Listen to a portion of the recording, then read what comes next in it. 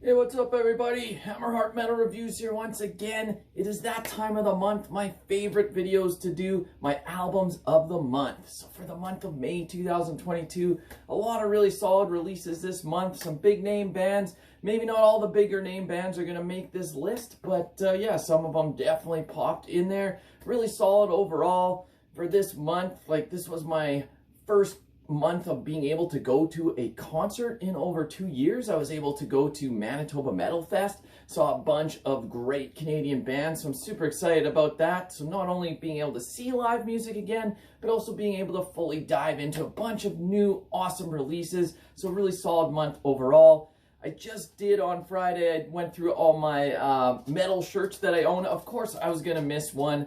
I did just get this brand new shirt at Manitoba Metal Fest. The band is Regurgitated Guts. They are a local band from Winnipeg, my hometown.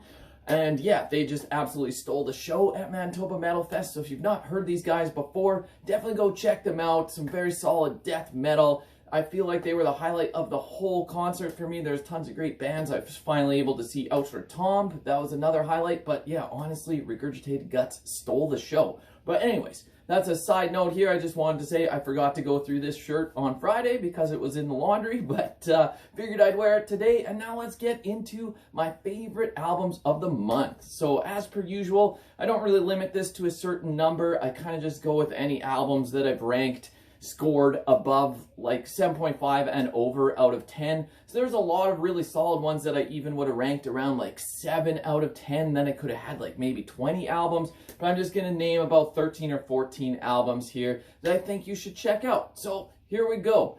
Kicking it off, I'm going to go with Frosted Undergrowth and their album Towards Hollow Kingdoms. So I'd never even heard of this band before. This is some German black metal.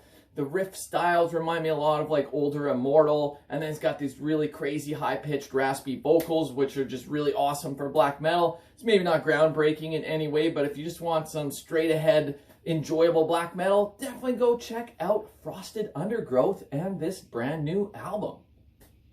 Up next, I'm going to go with some death metal with Cosmic Putrefaction and their album Crepuscule Dirge for the Blessed Ones. These guys are from Italy. When I say these guys, I should just say this guy. This is a one-man death metal band. And yeah, really guttural vocals, but really the star of the show here is the guitar playing and the riffing. Just really solid. The dude from this band also plays in Vertebra Atlantis, which put out their debut album last year, and I was a big fan of that album. So this definitely has some similarities to that. I actually think I prefer the Vertebra Atlantis album to Cosmic Putrefaction's new one here, but nonetheless, this is a solid death metal album, definitely worth checking out, so go give it a listen. Up next, I'm going to go into my homeland of Canada with Cauchemar and their album Rosa, Mystica. So this is like some traditional heavy metal mixed with doom, very heavy on the doom for sure. It's female fronted, but she's got a really great voice that really suits this kind of music. I'd say a huge inspiration on this band would definitely have to be like Pagan Altars. If you're into them at all and you want to hear like a French-Canadian styling in that same like style of doom metal, definitely go check out this album. It's got like a very mystical feeling throughout, and it's just super enjoyable. Great vocals, great riffs, just really solid all the way through. So definitely go check this album out. Up next, let's go with like some melodic black metal infused with a lot of folk metal. And another band that I had never heard of before, this is Bergsvriden with their album Gastkramad. Probably mispronouncing all of that, so I apologize. But yeah, just a super enjoyable album, great riffs.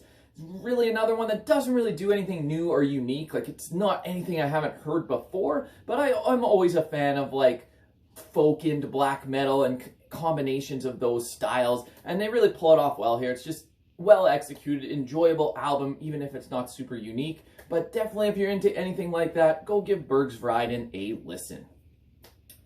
Up next, I'm going to go with Iku-Turso and their album Into Dawnless Realms.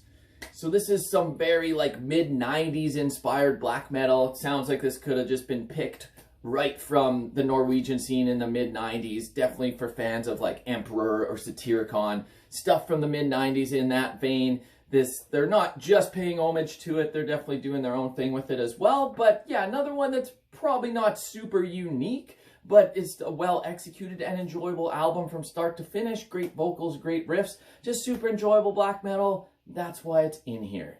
Let's stick on the black metal train up next, but we're going to go to Indonesia. Not a very common country for black metal as far as I know. There might be a couple bands, but this band is called Finsmoonth, and their album is titled Affliction. So this is another band that I don't really know anything about other than that they are from Indonesia. They play very like melodic black metal, but the riffing is great, the vocals are great, and it's just a really nice surprise when you discover a band that you never have heard of before, and especially from a place like Indonesia. It's really cool, and they kind of bring in their culture into it a little bit and just put out a really solid album, so strongly recommend this one. Go check it out.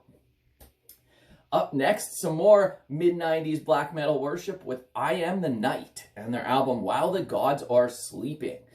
So this one is pure like Emperor and Dissection worship in a very good way for sure, but definitely not doing anything original here. This is very much like one song sounds like Emperor, the next song sounds like Dissection. There's some that kind of sound like it blended together, maybe even some Satyricon black and roll moments.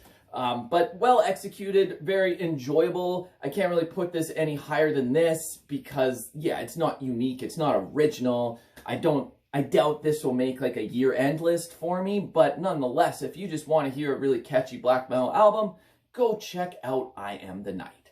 Okay, so those were like the first 6 or 7 that I talked about. Those ones, while still very good, these next 7 that I'm going to talk about are like a step above. This is where my ranking got really tough to even put which ones above which ones. These could switch spots. I'm sure they will switch spots even in another week from now. But yeah, these next 7 are albums that I strongly recommend, and these ones have the potential to be on a year-end list for myself. So let's see what these next 7 are. My favorite albums of the month of May by far. So coming up in 7th place, I'm going with Lord Belial and their brand new album, Rapture. So Swedish black metal legends. I did not think we were ever going to get a new album by these guys. It's their first one in 14 years, and what a triumphant return. The riffs on here are great. It sounds like they did not even miss a beat in 14 years. Like, came back stronger than ever. Like, well, stronger than ever. I'm not going to say this is their best album ever, but like, this is very, very solid. I'm really enjoying this. It did only come out this past Friday, so I haven't spent as much time with this as some of the other albums I'm going to talk about right away. So that might be the only reason that I'm putting it in 7th. Definitely the potential for this to rise higher, but the few listens I've had on this, it's super enjoyable, and yeah, I can't wait to listen to it some more. We'll see where it ends up come year-end time, but yeah, definitely go check out Lord Belial's new album because it kicks ass. Up next, another band that I had never heard of before. They're called Tómarúm with their album Ash in Realms of Stone Icons. So these guys are from the USA. They get labeled as like progressive black metal, but I don't know as that's enough to really give you a picture of what their sound is. There's hints of like technical death metal in there. They're really bringing in all these different influences. Like, maybe it's loosely black metal, but songwriting-wise sounds more like death metal to me. It's just kind of a blend of all these things, but it's very engaging listen. The songwriting is really great, and they have some serious musical chops. Like, you're going to hear some shredding solos, but then into some blast beats and black metal tremolo riffs, and got some great singing as well. The album art fucking kicks ass. Like, all in all, this is a very, very good album. This could easily be higher than 6. That just shows how strong this month is, that all of these next albums I'm talking about are absolutely amazing. But yeah, if you have not heard this album yet, go give it a listen because it's awesome. Up next at number 5, which, I mean, putting this at number 5 seems like a fucking crime because this is just amazing. The new Blutos Nord album, Disharmonium, Undreamable Abysses. So I did an entire discography ranking of Blutos Nord when this album dropped, so you can go check out my opinion on all their albums and this one specifically. But yeah, this is a very enjoyable album. It's like terrifying and claustrophobic with its atmosphere, and got this like wobbly guitar sound, which is very strange, but it really works on building these eerie atmospheres that no one does it like Blutos Nord. Yeah, maybe I prefer their more atmospheric black metal, like melodic black metal side to stuff like this, but nonetheless, this is very well executed and very solid, enjoyable album. This, if you had this higher than number 5, I completely understand. This is a crazy album, and it deserves the hype, and definitely go listen to it if you have not. Up next at number 4, I'm going back to my homeland of Canada with maybe a little bit of a hidden gem here. I'm not too sure if this one's getting as much publicity as some of these other albums, but this is a band called Vital Spirit with their album Still as the Night, Cold as the Wind. So this is some more black metal. There's kind of a theme this month. Most of my selections on here are in the black metal vein, but that's just mostly what I listen to as well. I do like all the other subgenres, power metal, doom metal, traditional metal, death metal, but I always tend to gravitate towards black metal. And yeah, this album is absolutely amazing. It's got like a little bit of a Western theme to it, maybe similar to a band like Wayfarer. But I don't want to say that that infuses the music too much. It's just like themed around that. But this is still generally like straight ahead black metal, but absolutely great riffs. The vocals are awesome. It's just really stellar stuff. So if you have not heard Vital Spirit, go listen to this album because yeah, it blew me away. I absolutely love it. And that's why I've got it this high on my list. Up next at number 3, another album that I did a review for, and that is Haunter with their album Discarnate, Ails.